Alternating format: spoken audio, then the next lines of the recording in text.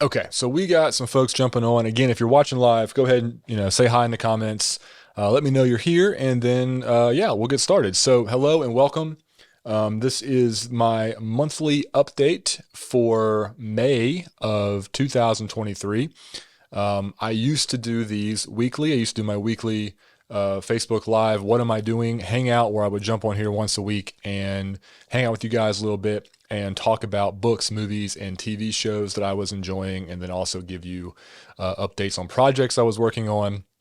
Did that for several years, and just recently this year have decided to dial that back and just change it to a monthly update. And I've moved my weekly updates over to my Substack page, which is mrobertsonjr.substack.com. It's kind of like a blog update, podcast, video, social media receptacle over there that I do most of my sharing on now versus here on Facebook or other channels. So that's where I am. And let's go ahead and get started. I basically keep the same format that I did for the weekly. I just kind of do a monthly dump of the ones that I really enjoyed. So, hello, Jane. Any new books coming out? So, great question. And I have an answer for that when I get to the what am I working on section of this hangout, which will be here shortly. So, let's go ahead and go with our first topic for the month, which is what have I been reading? I was listening to the audiobook of The Winners by Frederick Bachman, which is the third book in his Beartown series, which is a series that I love. I love Bachman's work in general. Always make me feel good, always make me feel things, I should say. And I did finally finish listening to this one. It was a fairly long listen. It was, I think, 23 hours, 23, 24 hours audiobook. And it was great. It was fantastic. The last couple hours just kind of gutted me in various ways. There was a line in that book that I thought was so fantastic. I actually texted my mother because she had read the book. She's read all three of them also. I texted my mother and I was like, I will never write a line this good. It was just so heartbreaking and so powerful. So really enjoyed that. Great audiobook. It was actually the first one that I listened to. I read the first two on Kindle, decided to go with this one on audiobook. So The Winners by Frederick Bachman, really enjoyed it. And then just last night, I finished All Hallows by Christopher Golden, which was just kind of a genre, fun horror novel, which as most of his are, he writes some great, just fun horror thrillers. This one takes place on Halloween night. I think this is his latest release. I don't think he's had another release since. I think this one came out in the beginning of this year. And it was good. It was creepy in times. It had a little bit of a twist toward the end in terms of what you thought the main conflict was versus what was actually happening with some of the creepy bad guys that were out roaming along with the children on Halloween night. It was good. It had some great character dynamics, some good relationships, some good drama. Yeah, and just enough horror and creepiness in there to kind of give you some chills now and then. So another good Christopher Golden book. If you have not read Christopher Golden before, I would recommend starting with Snowblind. I think it's called Snowblind. That was my first Christopher Golden book, and I think so far has been my favorite Christopher Golden book. Takes place during a blizzard in like a small suburban town, and there's creatures in the snow, and it was really good. It's also, if you can read that book while it's snowing, that would be even better. But yeah, Christopher Golden, All Hallows, really, really good. You might be thinking, Mike, that's not a whole lot of books to have read slash listened to over the last month, and you'd be right. But again, The Winners took me a long time to listen to because I don't listen to audiobooks usually, except whether I'm driving or I'm walking, exercising. And then I was also reading another book on my Kindle that was a long book that I got just about halfway through and finally just gave up on it.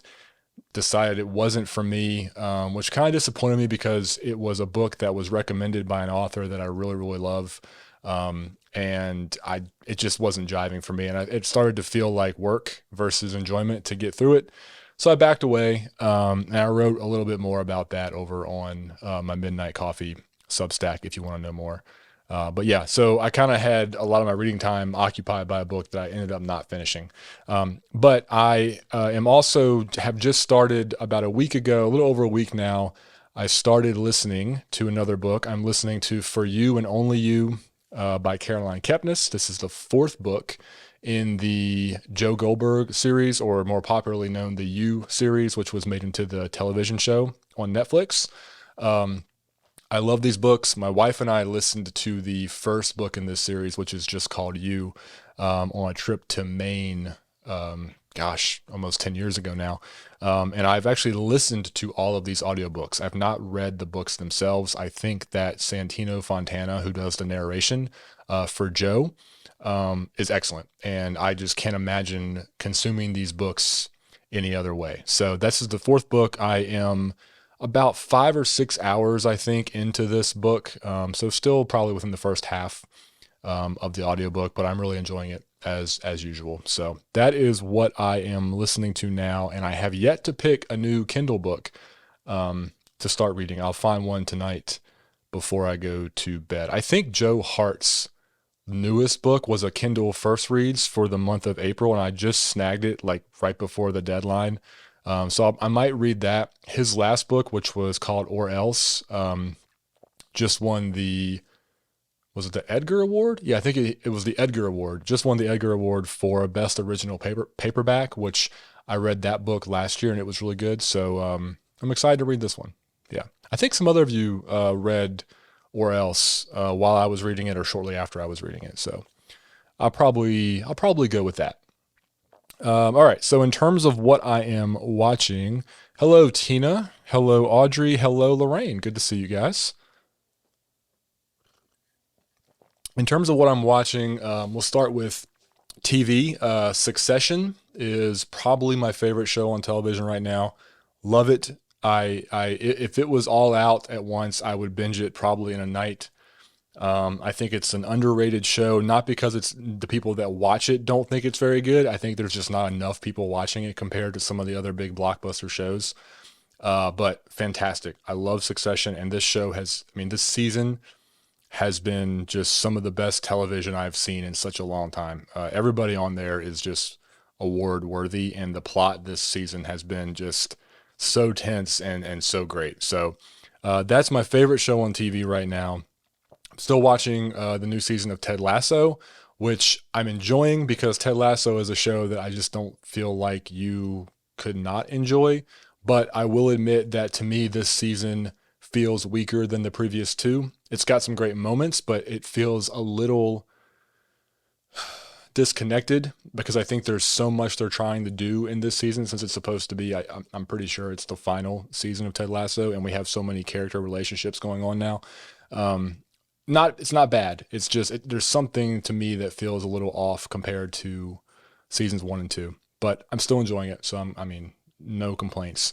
It's still some of my favorite TV time of the week. But that's what I'm watching. And then just last weekend, so we've had 2 episodes release. I do think this is an underrated show that nobody that I've ever met in real life has talked about. Is a show called Somebody Somewhere on HBO. I raved about this show when season 1 came out. I guess it was last year. Season 2 just started, so we're 2 episodes into that, and this is one of the most like down to earth, realistic, just small town life dramedies with a bigger focus on comedy that I've ever seen. There is something about this show that just clicks and fires on all cylinders for me. And I really, really like it. So if you're looking for an odd show that you maybe haven't heard of before, and that can be a little hard to watch, a little cringeworthy, a little uncomfortable sometimes, check out Somebody Somewhere on HBO. It's one of my favorites. So that's what I think that's everything I'm watching in terms of TV shows. And then a couple movies I knocked out over the past month. I did finally, since the fourth film finally came out, I watched the first John Wick. So my good friend Jason, who's a lot of you guys know if you have been following me for over the years, he finally convinced me to watch the first John Wick because I haven't seen any of them. The fourth one was coming out. Everybody was going nuts about it. Everybody loves this series. So I finally watched it. I did enjoy it. The beginning is hard. I'm not going to say anything about it, but if you've watched the movie or if you know about the movie, the beginning is very sad and pisses you off.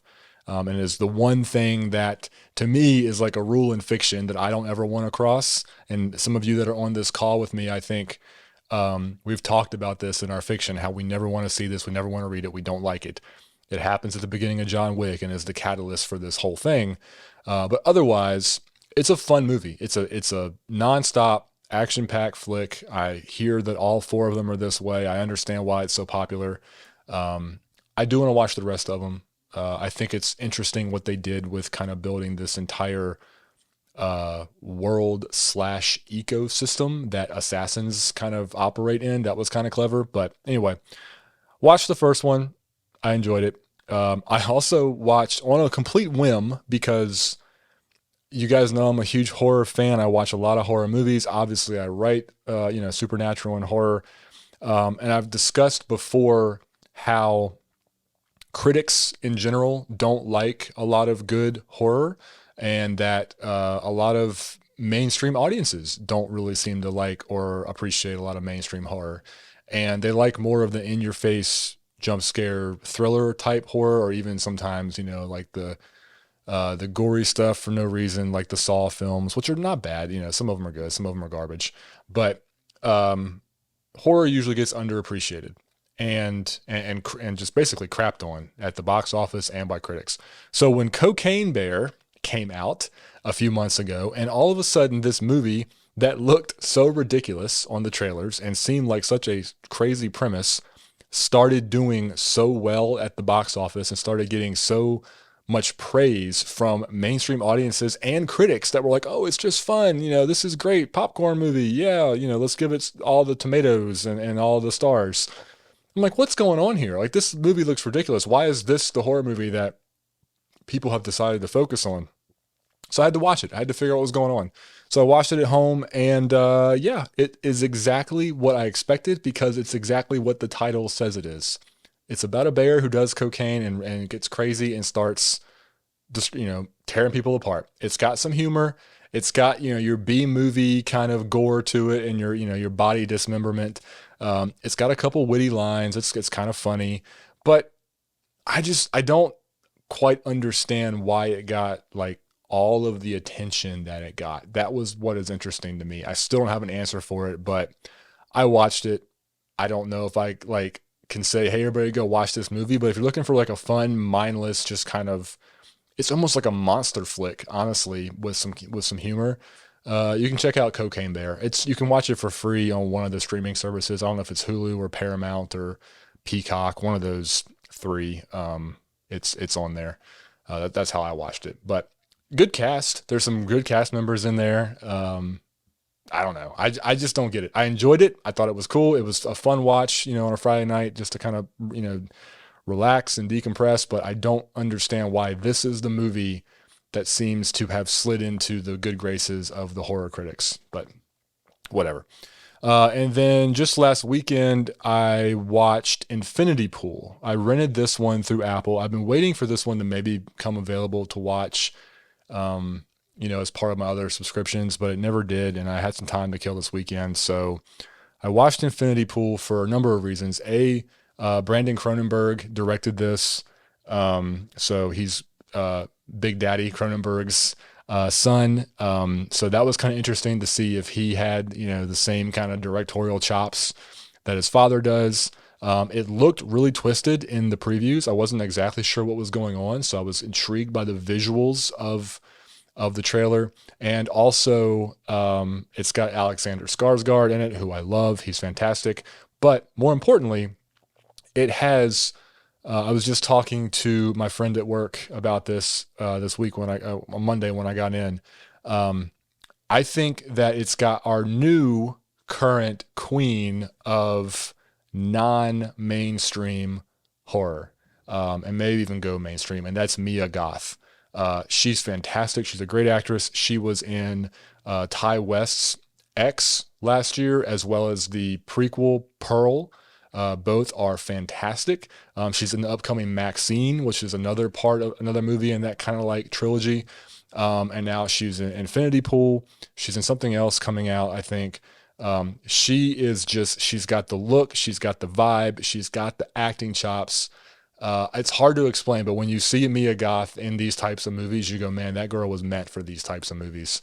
I think she's our new kind of like unsung hero of the horror world right now. So I'm really looking forward to seeing her and some other stuff. But that's why I wanted to watch Infinity Pool. And it was good. I think the first half of it is stronger than the second half, but it's got a fantastic premise, some really creepy visuals, some really psychedelic kind of visuals later on. Um, and it explores a pretty interesting theme, all in all. But after you realize where the movie's going, to me, it felt like it was a little bit of a coast to the finish line versus a sprint. But overall, it was pretty good. I don't know if I would tell you guys to go spend money to watch it, but well, that sounds weird. If you want to go, I think it was like $5 to rent on Apple, but I'm sure it'll be available on one of the streaming services soon enough. It's good. It is a well-made film. I'm glad I watched it. And if you like that kind of stuff, go watch the trailer for Infinity Pool and check it out. So that is it. I think that's everything that I've watched recently. So now, hello, Sandy. Hello, somebody else. Susan from the UK. Good to see you. Hello, Nancy. Hello, Deanna.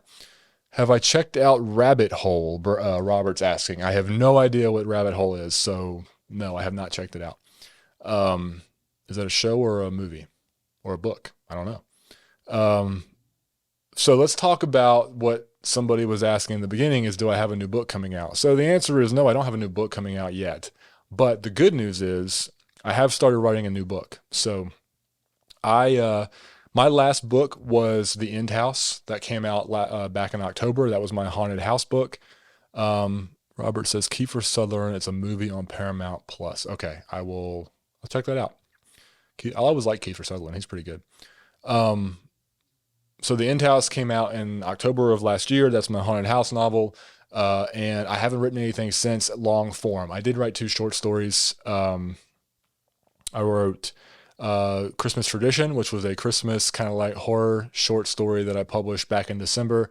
You can find that over on my Substack, Midnight Coffee. And then I just last month, or have we been over a month? Within the last 45 days, I published a Lance Brody short story called That's Our Time over on Midnight Coffee as well. So I know several of you guys read that and sent me messages and were excited to be back with Lance. I was too. So that's over there on Substack. And the link to that is in this video description somewhere. You should find that link. But I hadn't started writing any long form content for another novel.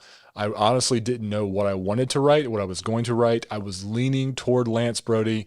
I wanted to get back with Lance Brody. I kind of went down that path, and I had multiple ideas for Lance books, and it took me a while to kind of figure out which one I wanted to write, because there was 2 that were kind of right in my face. So I finally picked one. I've been making some notes, and last weekend, not this past weekend, but the weekend before, I finally sat down and started writing the 8th book, what I hope will be the 8th book in the Lance Brody series. I don't have a title yet. I'm not going to say much more about it yet, but I do have words written. I think I'm right about 5,000 words right now. So yay, making progress, new Lance book. Hopefully I can see it through till the end. You never know when when you start writing a book, whether it'll actually be the thing that you want it to be and that you can get to the ending. Just never know. I've been fortunate enough in the past that all of my Lance books that I've started, I actually have managed to flesh out the whole story and write. But this is a different kind of Lance story in the fact that, books 0 through 7, so starting with the prequel with Dark Beginnings and then all the way to Dark Choice, and even the 2 short stories in between, Dark Deception and Dark Rest. There was while all those stories could stand alone, there was always, well, except for the last 2 maybe, there was always that overarching plot with Lance and Leah, with the Reverend the Surfer, and then Patrick coming in. There was a big picture. What is Lance getting driven toward? What is this climax going to be? So when that ended, I was kind of left with what direction do I want to go? So this book it's going to be different in that regard, where it's starting a new chapter of Lance's life. It's picking up 2 years after what happened in Dark Choice at the abandoned amusement park. So it's an interesting time for him. It's an interesting time to explore with him and to kind of get a feel for what his life was like, kind of being normal for a little while. So it's an interesting perspective to come at. Again, I'm so early in it. I've only written about 4 chapters. And I'm anxious to get going with it and excited to see how it ends up. But so far, it's been fun to get back with Lance. And to be honest, it feels good to be writing.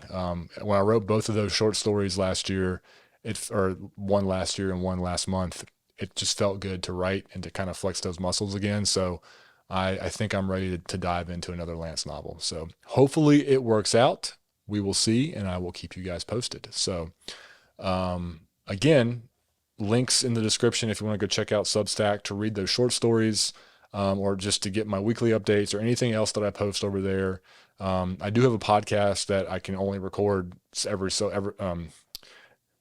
often, depending on my schedule and what I can line up. But it's all over there. That's where I'm sharing most of my content these days. So thank you to everybody who is a free subscriber or a paid subscriber. I appreciate all of you guys, because I just like building the audience and building the community over there to share stuff and have conversations. I think that their new notes feature is awesome. It's kind of like a Facebook feed or a Twitter feed, but for Substack, which is nice because it's not as saturated and kind of bogged down with bots and hate speech. No ads as of yet over there. I like the community, and I like how much I can share with you guys over there. So thank you to all of you who have visited. Anyway, and thank you for everybody who is saying yay, more Lance, and that you're excited, because I'm excited too. And I want to write this book. I want to hang out with Lance, and I want you guys to hang out with Lance again too. So, and Leah, let's not forget Leah. She's a big part of this. So, that is it, guys. I have nothing else to report. It's great to see some of these names popping up on here. I wish we could hang out more often. So thank you for joining me this evening, and I will wrap this up the same way that I always wrap these videos up. Thank you for your support. Thank you for all of your shares and likes and comments all over social media everywhere. And if you want to do me a huge favor, if you have read any of my books, and you enjoyed it and you want to do something nice, you could jump over to Amazon and leave a review saying that you like the books. I would appreciate it. Believe it or not, reviews do really help out smaller authors like myself more than you might think. So thank you guys. Thank you very much for your time, and I won't waste any more of it. So have a good rest of your evening, your week, and your month, and I will talk to you soon. Bye.